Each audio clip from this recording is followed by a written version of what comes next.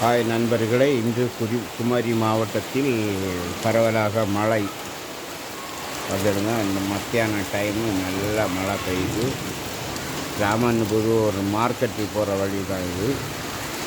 இது வந்து little flower தொடக்கப்பள்ளி அந்த இதில் பின் சைடு மழையை பாருங்கள். ஒதுங்கி நிற்கிறேன்.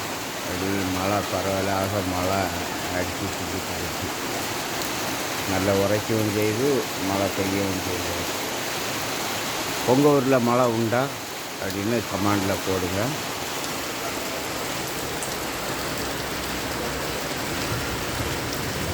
மேகமூட்டத்தோடு மழை பெஞ்சிட்டு இருக்காருங்க.